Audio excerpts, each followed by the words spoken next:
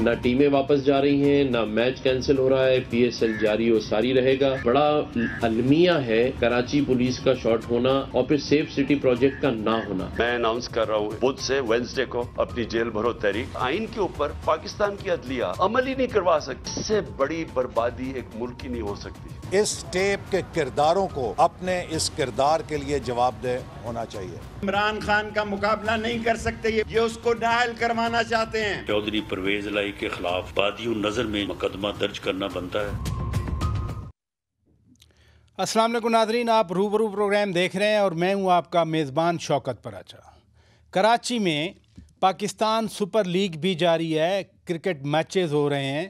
कराची में लिटरेचर वाला फेस्टिवल भी जारी है, लेकिन फिर भी कराची में दहशतगर्दी हो गई। पुलिस ऑफिस पर दहशतगर्दों ने हमला कर दिया। CTD ने कह दिया कि ये TTP वाले हैं। गवर्नर सिंध कामरान टिसोरी साहब ने तो इंतज़ामी मामलात की निशानदही कर दी कि सिंध पुलिस बहुत शार्ट है, को 10,000 के करीब वो कह रहे थे पुलिस वाले कम हैं। सिंध के अंदर इत्तेहादियों की सियासत भी अजीब सी है। अब ख़बरें आईं कि पीपल्स पार्टी ने MKM को सूबाई काबीना में शमूलियत की दावत दे दी। क्या MKM सूबाई काबीना में शमूलियत अख्तियार करेगी? क्या MKM के हल्का बंदियों पर तहफ़्फ़ुज़ात दूर होंगे, हल्का बंदियाँ दुरुस्त होंगी? इमरान खान बार बार जनरल बाजवा पर आर्टिकल 6 लगाने की बात कर रहे हैं। इमरान खान अदालतों को कह रहे हैं कि आप आइन की पासदारी नहीं करवा रहे। दूसरी तरफ इत्तेहादी कह रहे हैं कि ख़ुद इमरान खान तो 9 अप्रैल की रात वाले इक़दामात लेकर आइन की खिलाफ वर्जी के मुर्तकब हो चुके हैं और सुप्रीम कोर्ट ने 9 अप्रैल के इक़दामात को आइन की खिलाफ वर्जी करार दिया हुआ है।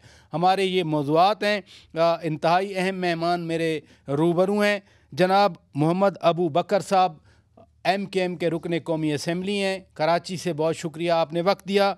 जनाब हसन खावर साहब PTI के रहनुमा हैं, बहुत शुक्रिया हसन खावर साहब आपने वक्त दिया। नवाब तैमूर तालपुर साहब पीपल्स पार्टी के सूबाई वज़ीर हैं सिंध के, बहुत शुक्रिया आपने वक्त दिया। मोहम्मद अबू बकर साहब, ये शहर आपका है। कराची के नुमाइंदे की हैसियत से जो कुछ कल हुआ, कराची पुलिस तक हमला हो गया, आप कितने कंसर्न्ड हैं, कितने फ़िक्रमंद हैं? ये बहुत बहुत शुक्रिया शौकत पराचा साहब, आपने इस मौजू पे मुझे मदऊ किया है। ये तशवीशनाक तो है, और पिछले दिनों कौमी असम्बली के जो इजलास हुए उसमें भी तमाम सियासी जमातों ने इस पे कंसर्न जाहिर किया कि मुल्क के हालात को दोबारा ख़राब करने की बड़ी सोची समझी साजिश के तहत कोशिश की जा रही है। लिहाजा इस हवाले से सिक्योरिटी को मद्देनज़र रखते हुए हमें एक्स्ट्रा ऑर्डनरी इक़दामात उठाने चाहिए और वो तमाम मेजर्स लेने चाहिए जिससे पाकिस्तान की, पाकिस्तानी अवाम के जानो माल की हिफाजत की जा सके। मैं इस बात पे मैं ये भी कहना चाहूँगा कि देखें, पाकिस्तान का ये कराची शहर जो है ये माशी हब भी है, सबसे ज़्यादा रेवेन्यू देने वाला शहर भी है। कराची की सनतें चलती हैं तो पूरे पाकिस्तान के अंदर आपके पास रेवेन्यू आता है, लेकिन आज तक कराची सेफ सिटी का दर्जा हासिल नहीं कर सका। पूरी दुनिया में देख लें कि जो शहर रेवेन्यू कमा कर देता है, जो शहर माशी हब होता है, जहाँ पे सनतें होती हैं, जहाँ पे तमाम पाकिस्तान के दीगर सूबों से लोग माइग्रेट करके रोज़गार की तलाश में जिस शहर की तरफ आते हैं, लेकिन उस शहर का हजम इतना ज़्यादा बढ़ गया है, लेकिन उसके मुताबिकत से अभी तक वो इंतज़ामात जो कराची शहर के लोगों को तहफ़्फ़ुज़ देने के लिए की जानी चाहिए वो नज़र में नहीं आता। चाहे उसमें पुलिस की नफरी की कमी हो। TTP कैसे फ़ाल हो गई फिर कराची में? देखिए, ये तो अभी जैसे पिछले दिनों आपने देखा होगा कि पेशावर में जो अंधोनाक सानेहा पेश आया और वहाँ पे भी तकरीबन 100 कीमती जानें, जिसमें ज़्यादातर तादाद जो है वो पुलिस एहलकारों के या पुलिस के नौजवानों की थी जो शहादत जिन्होंने नोश किया। और उस वक्त से हमारे पास भी इतलात थी कि कराची के अंदर भी थ्रेट्स हैं, कराची को थ्रेट्स में रखा गया है।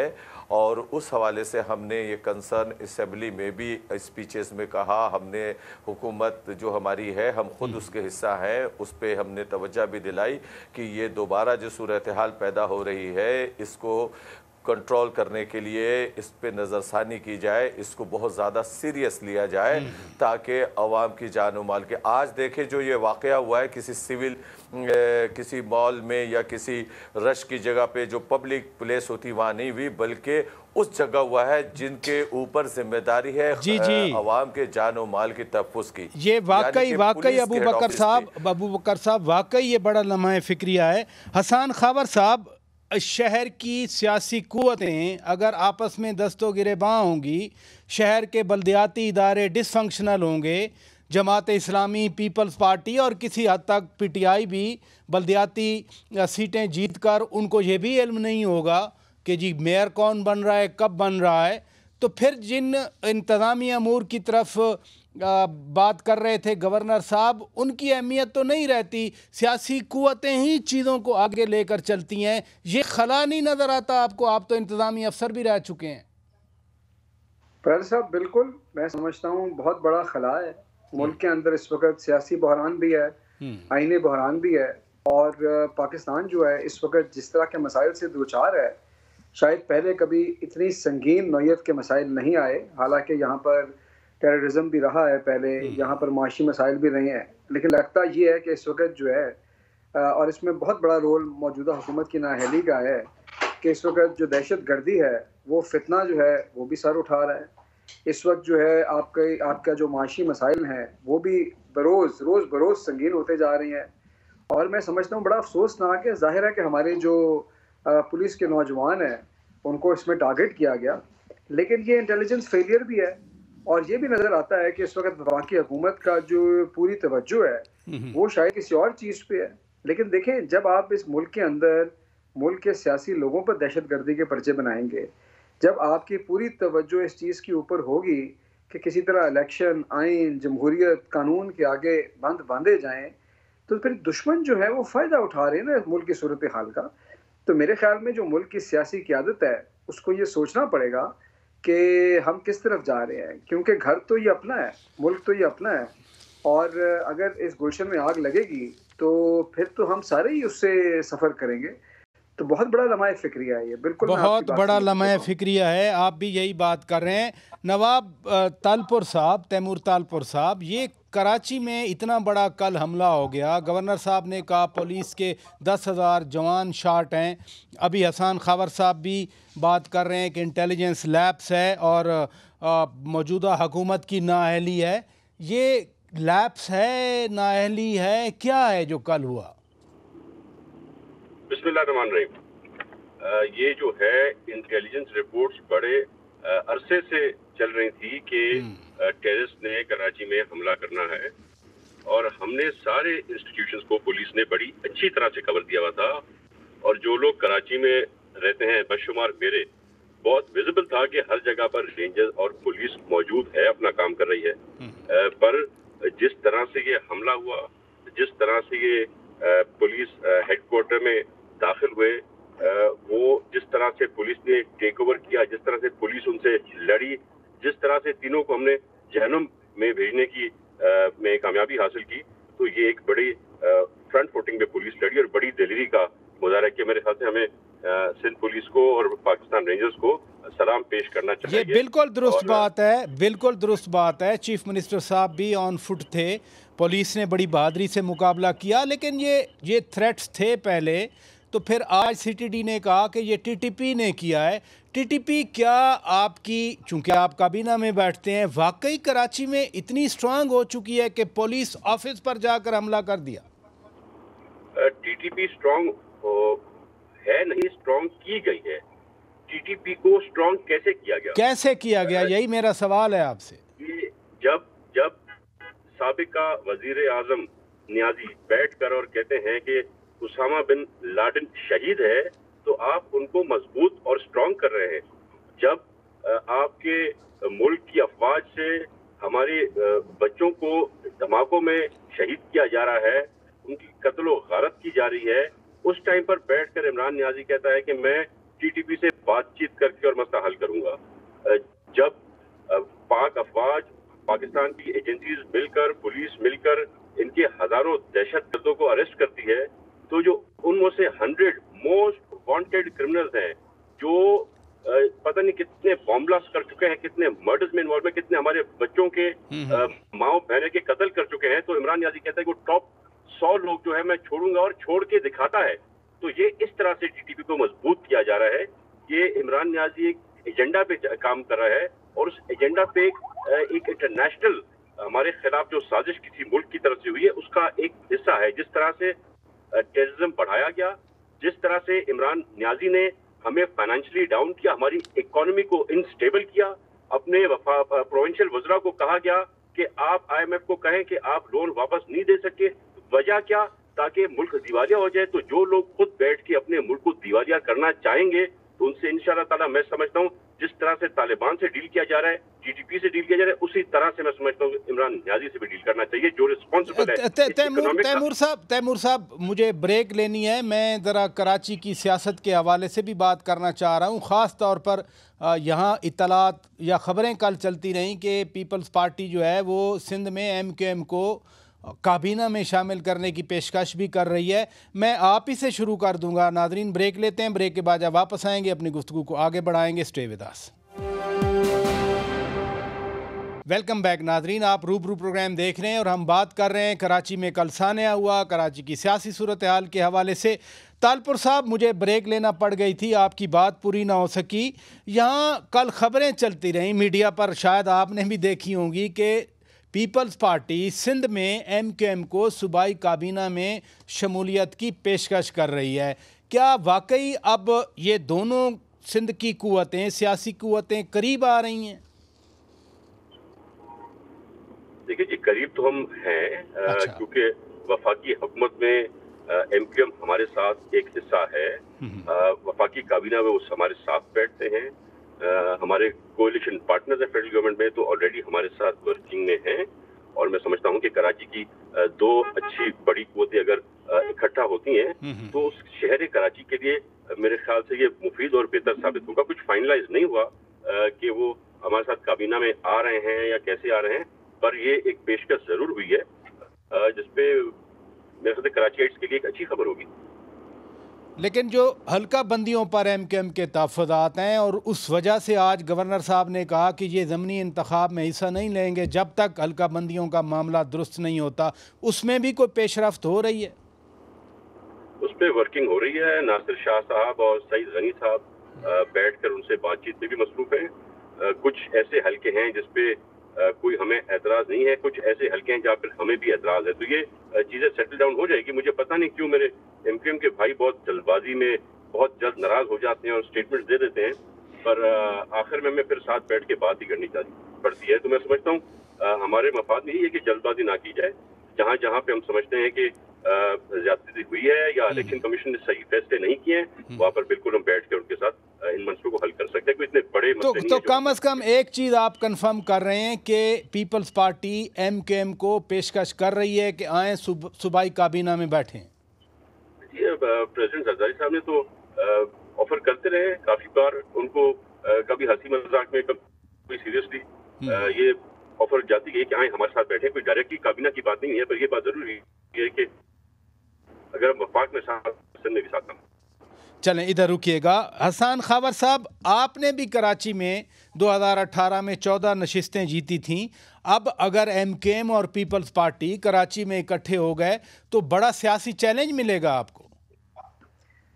देखें, पहले तो मैं सिर्फ ये उस पर प्रादर साहब कहना चाहता हूँ, जो तालपुर साहब पहले बात कर रहे थे, इस वक्त जो हमारे मुल्क का मसला है ना, वो जो तालपुर साहब ने बात की है उसी से जाहिर हो गया कि पाकिस्तान के सबसे बड़े शहर के अंदर इतना अफसोसनाक वाक़या पेश आता है दहशतगर्दी का। हमारी लॉ एनफोर्समेंट एजेंसी को अटैक किया जाता है शहर के सेंटर में, और इससे पहले इंटेलिजेंस रिपोर्ट्स मौजूद होती हैं, और तालपुर साहब और उनकी हुकूमत जो है वो इमरान खान साहब के खौफ और उनके फोबिया से बाहर नहीं आ रहे। ना इधर कोई जिम्मेदारी लेने को तैयार है, ना इधर कोई मुल्क के हालात बेहतरी करने के लिए तैयार है, ना ये मईशत की जिम्मेदारी लेना चाहते हैं, ना ये लॉ एंड ऑर्डर की जिम्मेदारी लेना चाहते हैं। हर चीज़ का जवाब इनके पास इमरान खान है, और यही वजह है कि इनकी सारी की सारी तवज्जो जो है इस वक्त इस बात पे लगी है कि किसी तरह इमरान खान से मुकाबला ना करना पड़े, इलेक्शन ना करवाने पड़े, -1 कर दिया जाए, और हर चीज़ यानी कि मतलब इनके दौरे हुकूमत में जो भी हो रहा है ये उस बात से बाहर ही नहीं निकल रहे। अगर ये हाल हुकूमत का होगा कि वो हर वक्त इमरान खान का विर्द करती रहेगी तो ये मुल्क के मसाइल कैसे संभालेंगे। आज डेट तक IMF का प्रोग्राम साइन नहीं हुआ, आए दिन दहशतगर्दी के वाक़यात हो रहे हैं, गवर्नमेंट अभी तक उसी से नहीं निकल रही। आप मुझे बताएं कि इस तरह ये मुल्क चल सकता है? दूसरी बात यह है कि जो इनका इतिहाद है जी कराची में जो इतिहाद होने जा रहा है, मैं वही मैं कह रहा हूँ ना कि इनका इतिहाद फेडरल में तो है। अगर कराची में ये समझते हैं कि ये इतिहाद करके चला सकते हैं तो चला लें, लेकिन बात यह है कि कराची की जो सियासत है उसके अंदर जो है अगर इन दोनों का इतिहाद हो गया तो फिर दोनों की ही सियासत मुझे लगता है ख़त्म हो जाएगी। आगे जो MQM के हालात हैं वो सबके सामने है वहाँ पर, और वो पीपल्स पार्टी की वजह से भी है। और अगर ये अपना लोकल सतह के ऊपर भी इतिहाद कर लेंगे तो बड़े शौक से करें, लेकिन मुझे नहीं लगता कि ये कराची की आवाम को एक्सेप्टेबल होगा और ये मामला आगे चलेगा। बहरहाल ये देखते हैं जब होगा तो किधर ये बात जाती है। मोहम्मद अबू बकर साहब, ये MQM के हालात वाकई कराची में ऐसे हैं जैसे हसन खावर साहब बता रहे हैं कि मकबूलियत ख़त्म हो चुकी है? देखें, वो तो जब उनके साथ थे तो हमारी बड़ी मकबूलियत थी, और आज हम इनके साथ नहीं हैं तो हमारी मकबूलियत नहीं है। बहरहाल उनकी अपनी एक राय है, और जाहिर सी बात है कि वो हमारे साथ आज नहीं है तो उनको ये इख्तियार है अपना मौक़िफ़ देने का।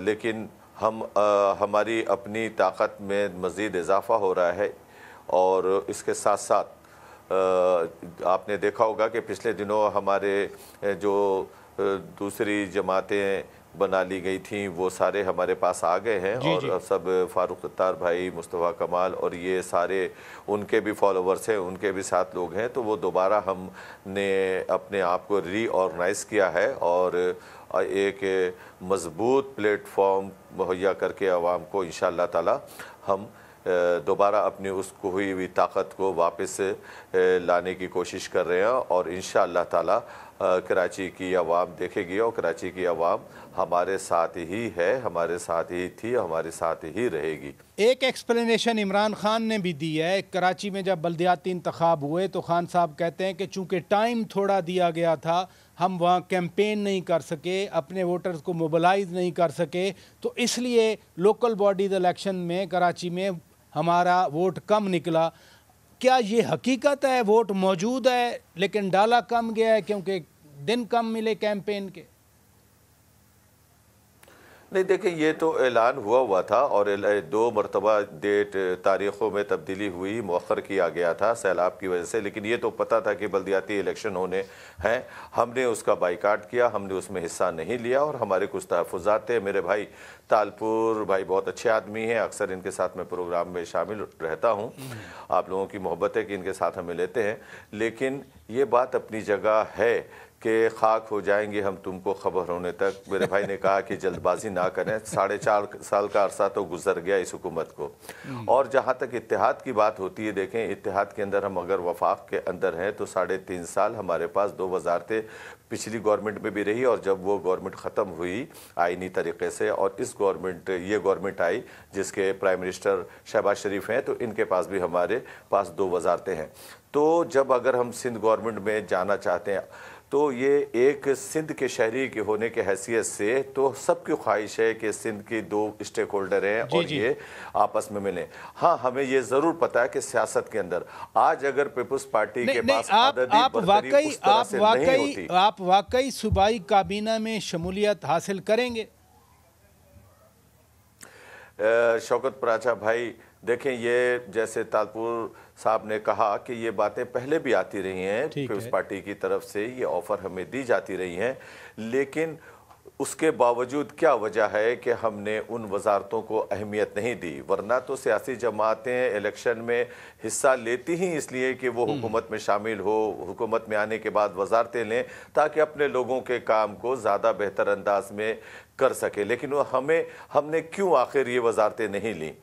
इसलिए कि जो हमारी बुनियादी जो हमारे मुतालबात हैं, जिसमें हमारा ये डिलिमिटेशन के हवाले से कुछ मामलात थे, इसमें 140A पे इम्प्लीमेंटेशन के हवाले से था, जिसको ख़त भी लिख दिया गया। और अभी पिछले 3-4 दिन पहले एक मीटिंग हुई बहादुराबाद में, जिसमें सईद गनी साहब और उसके अंदर सिंध असम्बली के वज़रा आए थे, सयाल साहब भी थे, नासिर शाह साहब भी थे, हम खुद भी मौजूद थे वहाँ पे, और उनसे बातचीत हुई और उन्होंने कहा कि हाँ हम ये ख़त लिखे। इस बात पे तो उन्होंने इस बात को तस्लीम भी किया है और उस बात को मान भी रहे हैं कि कराची के अंदर डिलिमिटेशन के हवाले से हाँ तादाद के ऊपर वेरिएशन हो रही है, तादाद पे इख्तलाफ है। हमारी तरफ से कि 70 से ज़्यादा नशिस्तें ऐसी हैं यूसीज जिसके अंदर मकसद जनमंडरिंग हुई, उनकी तरफ से ये कि 50-52 ऐसी हैं। तो ये जो 20-25 का है इसके ऊपर इत्तफाक राय नहीं है। 140A के हवाले से भी उन्होंने कहा कि हमने ख़त लिख दिया है। तो ये वो मुतालबात हैं कि जिसको अगर हमने फिर सेंसस अभी शुरू हुआ, सेंसस पे हमारे बड़े कंसर्न थे और अल्हम्दुलिल्लाह कि वो सेंसस का 1 मार्च से आगाज़ हो रहा है, क्योंकि 3 लाख के शहर की आबादी को जब आप 1 करोड़ 60 लाख पे रखेंगे, 3 करोड़ की आबादी के शहर को जो 3 करोड़ से ज़्यादा है, तो जाहिर सी बात उसमें वसाइल के हवाले से, उसमें फिर सीटों के हवाले से बहुत ज़्यादा फ़र्क पड़ता है और तमाम का तमाम बर्डन जो है ना इस शहर पे आया हुआ है। तो मैं समझता हूँ कि अगर इंसाफ फराहम किया जाए, मैं आपसे एक बात कह रहा था कि आज अगर पीपल्स पार्टी वाले हमारे भाई हैं, दोस्त हैं, लेकिन आज अगर पीपल्स पार्टी के पास इतनी सीटें ना होती कि वो खुद अपने तौर पे हुकूमत बना लेते तो हमारी अहमियत कुछ और होती। जाहिर सी बात है कि आज उनके बाद अददी बढ़तरी हासिल है, जिसकी बुनियाद पे हुकूमत भी कायम है और वो जो भी कानून चाहते हैं वो अपने कानून को पास करा लेते हैं। कल आज अगर वफाकी गवर्नमेंट को MQM को शेयर दिया है तो सिर्फ इसलिए दिया है कि MQM के बगैर फिर हुकूमत कायम नहीं हो सकती थी। तो मैं समझता हूँ अगर मसलहत से या अपनी मर्ज़ी के मुताबिक या अपनी मजबूरी के तहत किसी को जब आप लेते हैं तो वहाँ पे वो मोहब्बत कायम नहीं होती। मोहब्बत तो और अवामी मसाइल उस वक्त कायम हो सकते हैं कि आप हमें अपनी मजबूरी समझ के ना लें, बल्कि अपना भाई समझे, हमें अपना स्टेक होल्डर समझे, इस सिंध का हिस्सा समझे। बड़ी अच्छी आपने बात की, बड़ी अच्छी आपने बात की। मुझे ब्रेक लेनी पड़ रही है, मैं आप ही से शुरू कर दूंगा। नादरीन ब्रेक लेते हैं, ब्रेक के बाद जब वापस आएंगे आइन की हुक्मरानी, आइन की पासदारी की बात हो रही है। इमरान खान जनरल बाजवा साहब पर आर्टिकल 6 लगाने के लिए ख़त लिख चुके हैं। अभी हसन खावर साहब भी आइन की पासदारी या आइन की खिलाफ वर्जियों की बात कर रहे थे। मैं यकीनन ये मामला अपने तीनों मेहमानों के सामने रखूँगा। तीनों बड़ी पार्टियों के नुमाइंदे हैं। लेकिन नादरीन एक ब्रेक के बाद stay with us. Welcome back Nadreen, आप रूबरू प्रोग्राम देख रहे हैं। अबू बकर साहब, आजकल बड़ा चर्चा है, आप तो कल इस्लामाबाद से गए, इमरान खान कह रहे हैं कि जनरल बाजवा पर आर्टिकल 6 लगाना चाहिए। इत्तेहादी हुकूमत जिसका आप भी हिस्सा हैं वो कहते हैं कि 9 अप्रैल के जो इक़दामात किए गए थे कासिम सूरी साहब की तरफ से, इमरान खान ने असेंबली तोड़ने की एडवाइस भेजी थी, वो सुप्रीम कोर्ट ने उन इक़दामात को आइन की खिलाफ वर्जी करार दिया था। तो आर्टिकल 6 हुकूमत कहती है इमरान खान पे रादर लगना चाहिए। आपकी पार्टी, आप क्या समझते हैं, क्या सोचते हैं? देखिए, मैं तो इन तमाम चीज़ों की मुखालफत करता हूँ। आर्टिकल 6 कहना बड़ा आसान है। ये आर्टिकल क्यों बना था? ये आर्टिकल बना था कि ऐसे इक़दामात जिससे मुल्क और कौम को नुकसान पहुँचे, मुल्क और कौम को, ये गद्दारी के उसमें हमारे यहाँ ये एक फ़ैशन बन गया है। सुबह आप जिसके साथ होते हैं तो वो आपका सबसे अहम तरीन दोस्त होता है, आप उसके मशवरे के बगैर खाना नहीं खाते, छोटे छोटे मामलात में मुशावरत करते हैं और छोटी सी कहीं पे इख्तलाफ राय पैदा हो जाए तो 1 मिनट नहीं लगता है कि इसके ऊपर आर्टिकल्स। मैं समझता हूँ कि वो सियासतदान हो या अदारे के सरबराहान हो, अदारे के लोग हों, आर्टिकल 6 को इतना मजाक ना बनाया जाए। ये बहुत चीज़ है। ये मुल्क टूटा उस वक्त इन चीज़ों की कभी बात नहीं हुई। मुल्क तोड़ने वाला भी तो कोई था ना। जब 1971 में ये मुल्क 2 लख्त हो गया, उस वक्त भी इस तरह की कोई बात नहीं, लेकिन आज ज़रा सा इख्तलाफ होता है, वो सियासी इख्तलाफ हो, वो कोई और मामलात हो, तो 2 मिनट के अंदर एक दूसरे के ऊपर जो है ना इल्ज़ामात लगाए जाते हैं। कोई कहता है कब्र से निकाल के कोड़े मारे जाएं। तो मैं समझता हूं कि पाकिस्तान की सियासत में इतनी ज़्यादा शिद्दत नहीं होनी चाहिए। हर मामले में हर को इख्तलाफ राय रखने का हक़ है। अगर किसी ने आइन शिकनी की है, अगर कोई आइन से मावरा होकर कोई गया, उसके लिए सुप्रीम कोर्ट मौजूद है, उसके लिए अदालतें मौजूद हैं। आप अदालतों में जाएं, आप अदालतों में साबित करें, फिर अदालत की तरफ से आइन और कानून के मुताबिक 2 चीज़ें होंगी, वो अदालती फ़ैसले किए जाएंगे। लेकिन इस तरह से मैं समझता हूँ कि डिमांड किसी के लिए भी करना ये मुनासिब नहीं होता। बड़ी अच्छी बात आपने की, बड़ी अच्छी बात की हसन खबर साहब। यही नुक्ता मैं आपके सामने रखता हूँ। खान साहब कहते हैं कि अदालतों की ये बेहुरमती कर रहे हैं या बेतौकीर कर रहे हैं। दूसरी तरफ से आर्गूमेंट आ जाता है कि अभी परसों चौथ ही अदालत ने 4 बार कहा कि इमरान खान अदालत के सामने पेश हों। कभी डॉक्टरों से मुशावरत का बहाना किया गया, कभी सिक्योरिटी खदशात की बात की गई, वकला भी पेशी का कहते रहे, मगर खान साहब नहीं आए। तो हुकूमत तो समझती है कि खान साहब खुद अदलिया का, आइन का, कानून का मजाक उड़ा रहे हैं। अच्छा परार साहब, 2 बातें मैं करना चाहता हूँ। पहले जो अबू बकर साहब ने बात की ना, मैं सिर्फ 1 मिनट उस पर लेना चाहता हूँ। देखिए, मैंने जो MQM और पीपल्स पार्टी के इत्तेहाद के हवाले से बात की है ना, वो सिर्फ कोई सियासी बात नहीं की कि मैंने ये कहना है कि इनकी मकबूलियत नीचे जा रही है तो मैंने ये कह दिया। देखिए, मैं ये कहना चाहता हूँ कि कराची के साथ हमेशा सुतेलों वाला सलूक हुआ। सबसे बड़ा कॉन्ट्रीब्यूटर था हमारी इकॉनमी का, और सबसे कम उसमें तरक्की हुई, और वो ओवर द ईयर्स वो पीछे की तरफ गया, रिग्रेस किया वो शहर। उसकी वजह यह है कि हमारी सूबाई हुकूमतें बड़ी ताकतवर हैं, सारे फंड्स उनके पास होते हैं, और पीपल्स पार्टी ने हमेशा वहाँ पे हुकूमत बनाई है और रूरल सिंध को प्रेफर किया है। अच्छा, कराची की आवाम को MQM ने कई दहाइयों से ज़ाहिर रिप्रेजेंट की आवाज़ दी, और उनकी पूरी सियासत जो है वो उसके ऊपर बेस है कि जी हम आपकी आवाज़ हैं। अच्छा, पहले भी माजी में जब भी ये कोशिश हुई कि ये इकट्ठे हुए, पहली दफ़ा तो नहीं हुआ, हमेशा दरारें पड़ी और ये इत्तेहाद चल नहीं सका, क्योंकि बाय डेफिनेशन ये इकट्ठे नहीं है। अगर नहीं, इत्तेहाद तो आपके साथ भी था, वो टूट गया फिर। नहीं, मैं और बात कर रहा हूँ। मैं ये कह रहा हूँ कि पीपल्स पार्टी और ये जो MQM का इत्तेहाद है, ये खैर फितरी है। अगर पीपल्स पार्टी ने कराची के अवाम के लिए कुछ किया होता पहले रोज़े अव्वल से, तो शायद MQM की वो सियासी जगह बन ही ना पाती। अब मेरे ख्याल में ये इत्तेहाद नहीं चल सकता। अगर चलेगा तो सियासत इनकी दोनों की वहाँ पे नहीं चल सकती, किसी एक पार्टी की सियासत तो कम होनी है, और जाहिर है कि वहाँ पे ज़्यादा स्टेक MQM का है दोनों में से। मैं ये बात कर रहा था। दूसरी बात ये है कि जो आपने बाजवा साहब के हवाले से बात की कि इमरान खान साहब ये कह रहे हैं, इमरान खान साहब नहीं कह रहे, बाजवा साहब खुद कह रहे हैं ना। जावेद चौधरी साहब और आफ्ताब इकबाल साहब 2 क्रेडिबल जर्नलिस्ट हैं। अगर आपको उनकी बात पे कोई शुबा नहीं, और मुझे तो नहीं है, कि उन्होंने जो उनको कोट किया है, तो वो तो खुद कह रहे हैं कि मैं आता था, मैंने इमरान खान साहब की बातें टेप की हैं, मैं वो सामने लाऊंगा। अब अगर एक सिटिंग इतने अहम ओहदेदार जो है साबिका, वो ये बात करेंगे, तो आप बता दें कि उनके ऊपर फिर क्या होना चाहिए। आइन के खिलाफ वर्जी पे हमें तो आर्टिकल 6 नज़र आता है।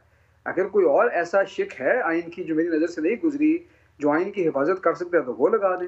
लेकिन बहरहाल ये इसी नुक्ते को मैं ज़रा तालपुर साहब के सामने रखता हूँ। तालपुर साहब जावेद चौधरी साहब के कालम की बात कर रहे हैं, ये मेरे सामने उनका सेंटेंस है। जावेद चौधरी साहब ने कहा कि आपने हुकूमत क्यों गिराई। जनरल बाजवा साहब आगे से कह रहे हैं कि हमने नहीं गिराई, हमारा कसूर ये है कि हमने बचाई क्यों नहीं। इमरान खान ने खुद एक बार एक बयान दिया था कि अगर ये